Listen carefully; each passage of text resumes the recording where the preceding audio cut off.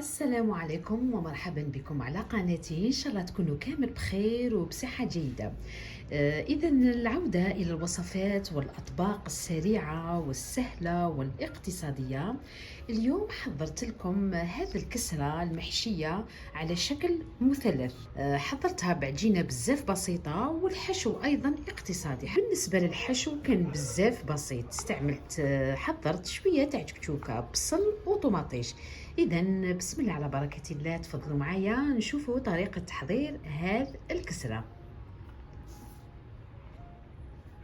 إذا أولا راح نبداو بالعجينة واللي فيها كاس تاع سميد رطب، دائما تكون من النوعية المليحة.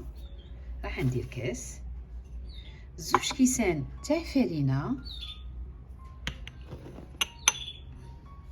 نزيد عليهم ربع كاس تاع زيت، هذا هكذا. إذا نزيد ملعقة صغيرة تاع الملح. الملح دائما يقعد يعني حسب الرغبة، ندير شوية. نزيد ملعقة صغيرة تاع سكر يعطي لها هذيك الاحمرار. هذا نحط منه السكر. نزيد ملعقة صغيرة تاع الخميرة، خميرة الخبز، يعني ملعقة صغيرة ما تعمروهاش بزاف. راح نحطها مع السكر هكذا، ما تكثروش بزاف. بون واش نزيد ايضا؟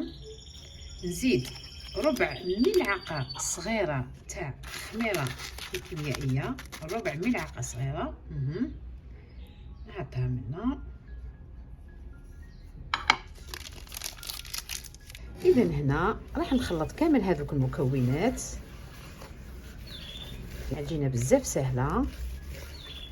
هذا نحاول انني نبسس مليح المكونات، يعني ندخل مليح هذاك ندخل الزيت مع الفرينة والسميد.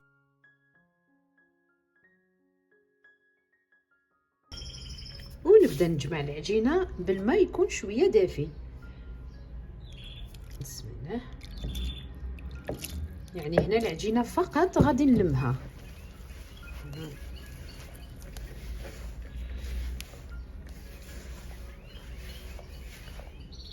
نزيد كمية تاع الماء.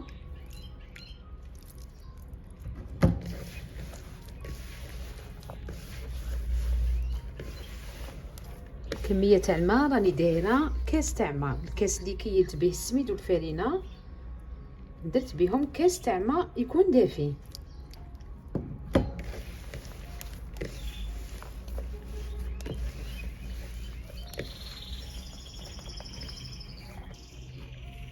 راح نكمل هذيك الكمية، نزيد شوية.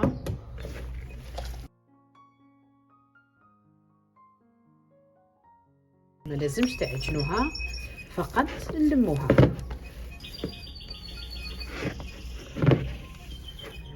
فوالا، هاي ديك العجينة تاعنا راهي جاهزة.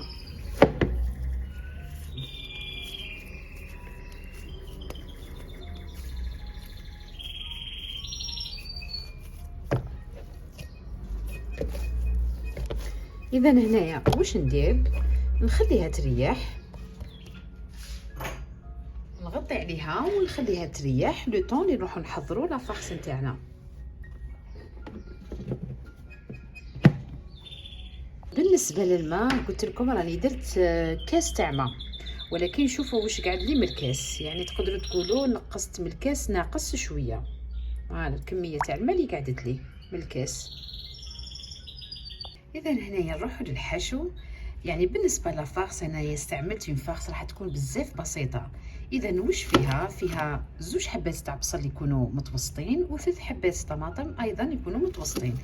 اذا الحاجه الاولى اللي نبداو بها نقطعوا البصله بهذه الطريقه، يعني الى قطع صغيره كيما راني نقطع فيها هنايا، ونحطها تذبل يعني كيما مولفين نحضروا تكشوكه، يعني تكشوكه عاديه.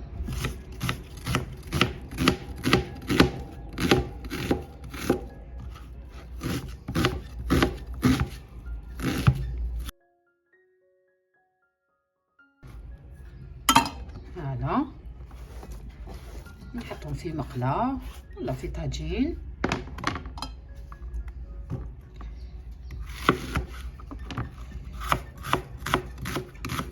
ونزيد عليهم حوالي 3 مغارف تاع زيت.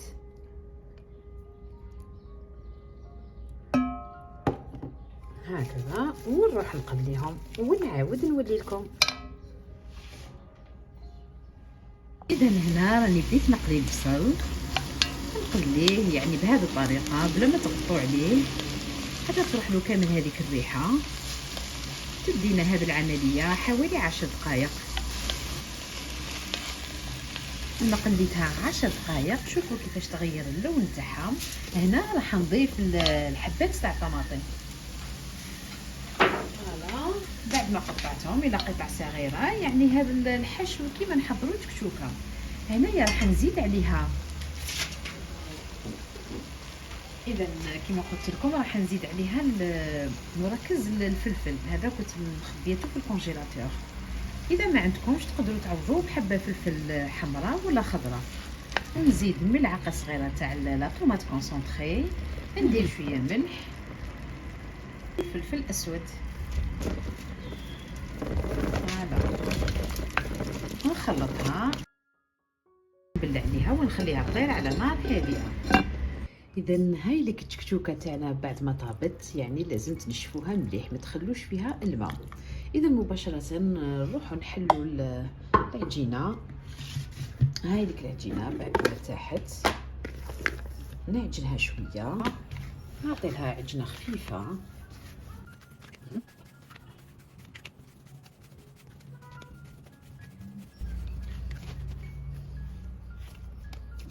هاي لك يعني عجنه تاع دقيقه فقط. نقسمها الى 6 كريات.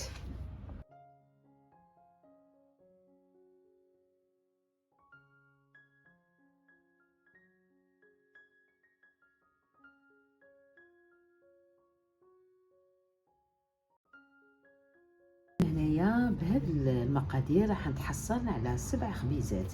اذا بعد ما شكلتهم بهذه الطريقه نحطهم في طبسي، نخليهم يزيدوا يرتاحوا ايضا لمده 10 دقائق. نغطي عليهم ونخليهم يريحوا. نبدا نفتح العجينه بعد ما ارتاحت. شوفوا كيفاش ولات طريه.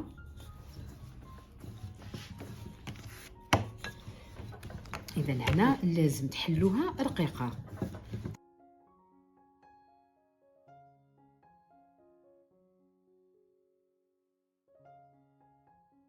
حاولوا تعطوا لها الشكل الدائري هكذا، ودركم مليح على الحراف، ما تخلوهاش خشينه. ما تنساوش هاد العجينه راهي فيها الخميره. شوفوا نحاول دائما نحافظ على الشكل الدائري تاعها. هلا خاصه الحراف، اكدوا لي على الحراف ما تخلوهمش خشان. راني ندرك غير على الحراف مليح. هذا نجيب التكتوكه اللي خدمناها. كما قلت لكم لازم تشربوها مليح من الماء تاعها، ما تخلوهاش بالماء تاعها. هنا نحاول انني نشكل مثلث.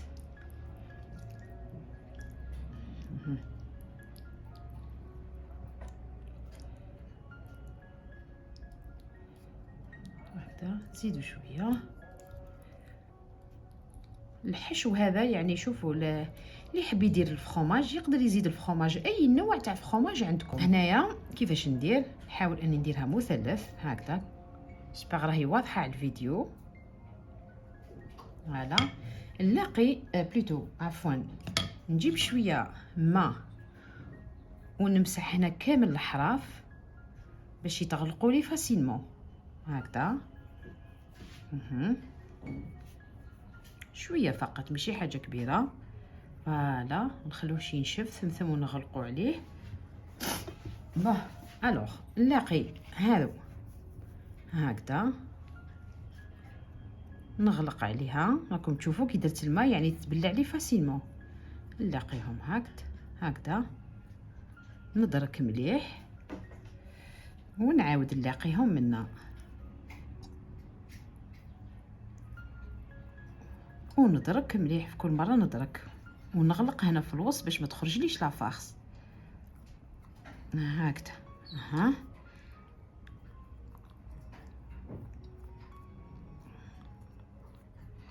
فوالا. شوفوا هذا كي يخرج عاودوا طبقوه. شوفوا ديروا هاك وهاك هكذا. نديرها هاك ونعاود.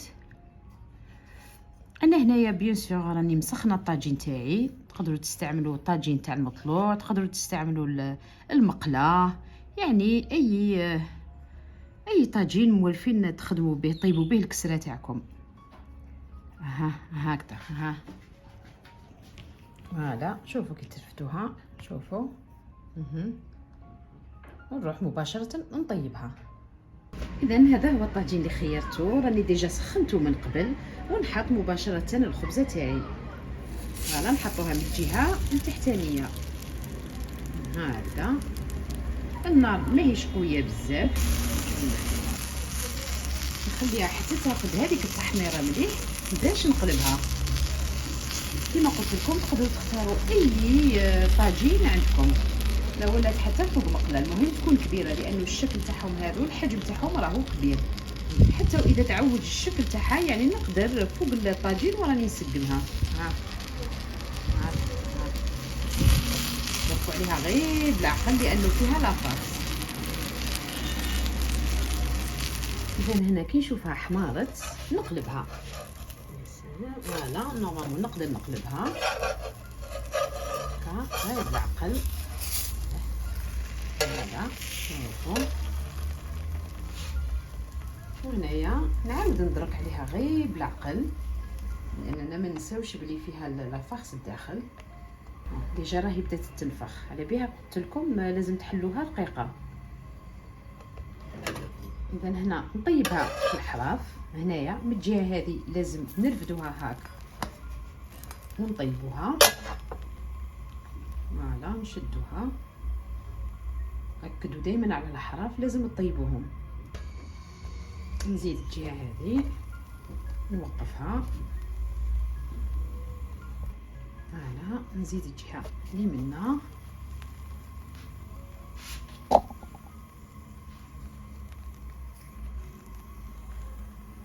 نأكد دائما على الحراف انهم طابوا مليح، غير بالعقل ندركوا هكذا.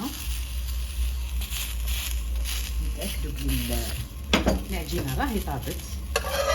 هذا نشوف نقلبها ونشوف حسيت راهي مخصوصه طياب نعاود نزيد نحمرها شويه ودائما ندرك. وهكا الكسره تاعنا راهي جاهزه. فوالا.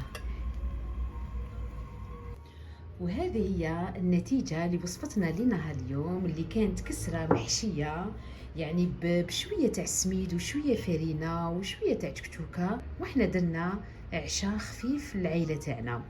فوالا شوفوا شحال الجو بزاف خفاف، يعني خاصة العجينة جات بزاف طرية.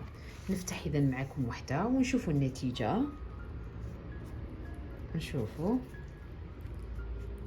ما شاء الله. شوفوا لاباط شحال جات رقيقه وفي نفس الوقت تجي شويه مقرمشه. ان شاء الله الوصفه تاع اليوم تنال اعجابكم وتجربوها هذه الوصفه وتبارطاجوها مع احبابكم. اذا ما بقى لي غير نقول لكم دمتم في رعايه الله وحفظه.